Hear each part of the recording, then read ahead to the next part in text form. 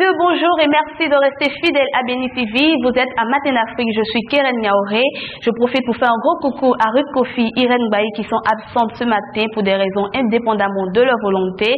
Félicitations aussi à Christian Brio pour ce merveilleux mariage qui s'est tenu le samedi dernier.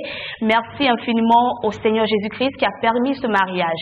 Alors, nous sommes à Matin d'Afrique, comme je l'avais dit tout à l'heure, et Matin d'Afrique, c'est l'échange avec nos consultants. Et aujourd'hui, nous recevrons le prédicateur Despris Jonas qui terminera la série d'enseignements sur les mauvaises compagnies. Audi de Moukeba qui nous chantait Midley.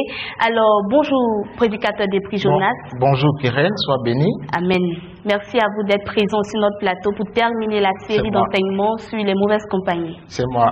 Alors, je vous remercie et permettez aussi que j'adresse mes félicitations à M. Christian Brio qui a fait un très beau mariage.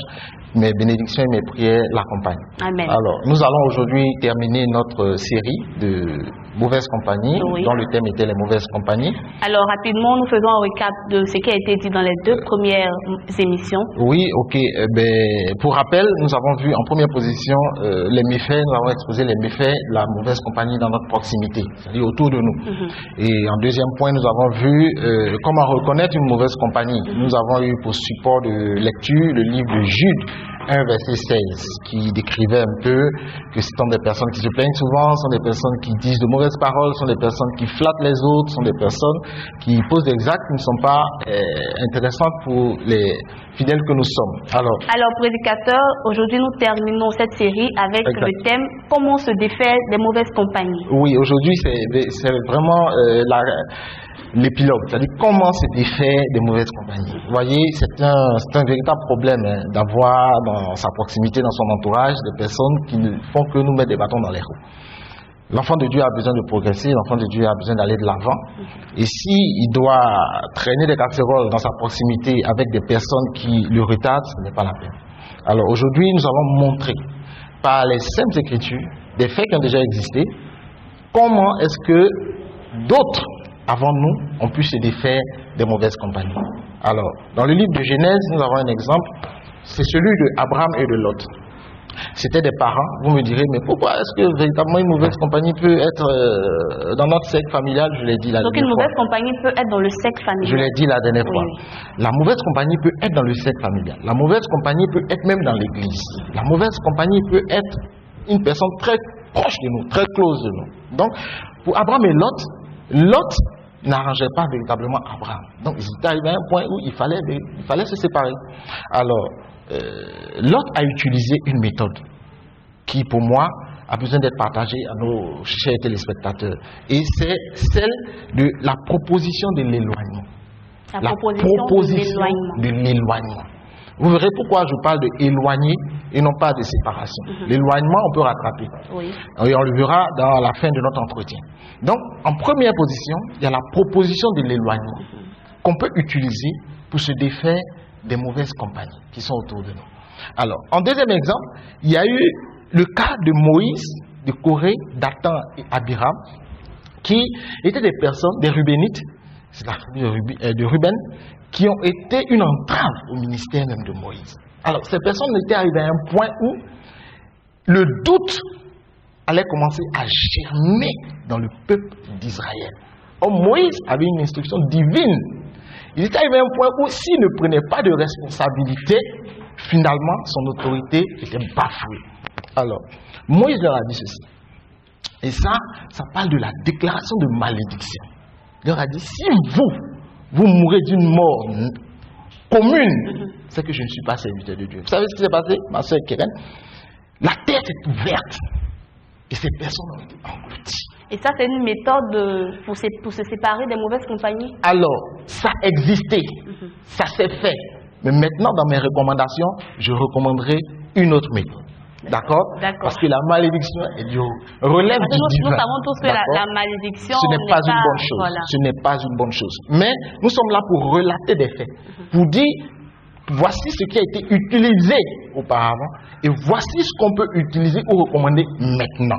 Vous voyez que la loi, elle est évolutive. Okay? Donc, ça a existé. Et là, c'était la malédiction.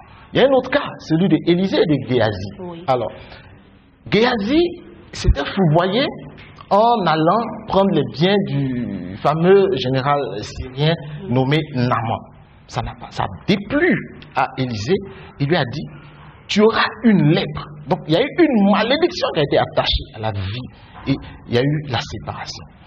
Et maintenant nous avons la méthode de Jésus-Christ de Nazareth dans le livre de Luc 4. Là où Jésus-Christ a utilisé la parole de Dieu. D'accord? Parce que 3 fois dans ce livre, il est inscrit Jésus répondit. Jésus répondit et Jésus répondit. Mais est-ce que le Seigneur Jésus était en face d'une mauvaise compagnie dans ce cas précis? Satan est la plus mauvaise compagnie qui puisse exister. Et Satan et ses suppôts sont les plus mauvaises compagnies qui puissent exister. Nos maisons sont infestées, nos églises sont infestées de suppôts de Satan qui sont pour nous des mauvaises compagnies. Alors si je prends le cas de Jésus-Christ de Nazareth face à Satan, c'est pour dire que si leur chef a été vaincu par Christ, il est important que nous, en tant qu'enfants de Dieu, nous sachions que nous avons la capacité, comme le maître, de vaincre les suppôts de Satan. Alors, tout est parti par la parole. Vous voyez, la parole est créatrice. Genèse commence par la parole. Dans le livre de Jean 1, on parle de parole. Donc, les 2 testaments ont été influencés par la parole.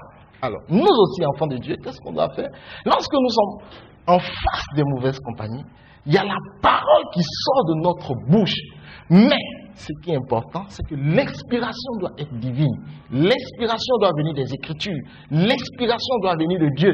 Ainsi, lorsque nous sortons cette parole, il n'y a pas de raison que cette mauvaise compagnie continue de nous oppresser, continue de nous abuser. Pour ce faire, il faut avoir la parole en soi, il faut connaître la parole. Voilà pourquoi j'insiste sur la croissance spirituelle. Je le dis, la conversion est le pas que vous mettez. C'est le commencement. Mais le reste est un processus. Et ce processus-là, c'est à vous de le déclencher et à vous de vous donner les moyens de pouvoir grandir. Alors, pasteur, on va revenir à notre thème du jour. Donc, Jésus-Christ de Nazareth était vraiment et est toujours pour moi le modèle parfait et la méthode parfaite. Ok. Et ensuite, nous avons Tite. Dans la lettre de l'apôtre Paul, il a parlé de l'avertissement, du premier et du second avertissement, dans le livre de Tite 3, précisément au verset 10. Il dit, reprends une première fois, reprends une seconde fois, et ensuite tu décideras. Ça peut être un moyen aussi. Parce que je l'ai dit, la mauvaise compagnie peut devenir pour nous plus tard une très bonne compagnie. Donc, le radicalisme n'est pas une voie à recommander. Le rejet total n'est pas une voie à recommander. Parce que la sagesse nous incombe et la sagesse veut que nous anticipions dans nos actions et dans nos actes, que nous voyons très loin avec les individus qui sont dans notre proximité. Alors, pasteur Despris Jonas, nous allons rapidement rappeler les différentes méthodes pour pouvoir se défaire des mauvaises compagnies. Nous avons parlé de la proposition, la malédiction, de la parole de Dieu, de l'avertissement. Quelles sont les méthodes que vous recommandez à nos téléspectateurs? Alors, pour recommandation, je recommande la parole de Dieu. On a une responsabilité de maîtriser la parole de Dieu. C'est celle-là qui est l'épée qui nous permettra de remporter des victoires. En sus de nos prières, il est bon que nous maîtrisions les Écritures. Car Jésus répondit par l'Écriture en disant, il est écrit, il est écrit, il est écrit. Je vous en prie, chers téléspectateurs qui me regardez maintenant, la parole de Dieu est une puissance. La parole de Dieu vous fait remporter des victoires. Aucun échec n'est au-dessus de la parole de Dieu. Il est important que dès maintenant, vous vous imprégnez de cette parole. Vous ouvrez votre Bible, vous la dépoussiérez et vous décidez de parcourir livre par livre, de sorte à pouvoir répondre à Satan et à ses suppôts dans l'adversité. Amen. Merci, prédicateur des prix, pour votre présence. Merci, et pour ce merveilleux enseignement. Que Dieu vous bénisse. J'espère, chers téléspectateurs, que vous avez pris bonne note et que vous saurez vous défaire de vos mauvaises compagnies. Passons à présent à la rubrique santé avec le docteur Madi.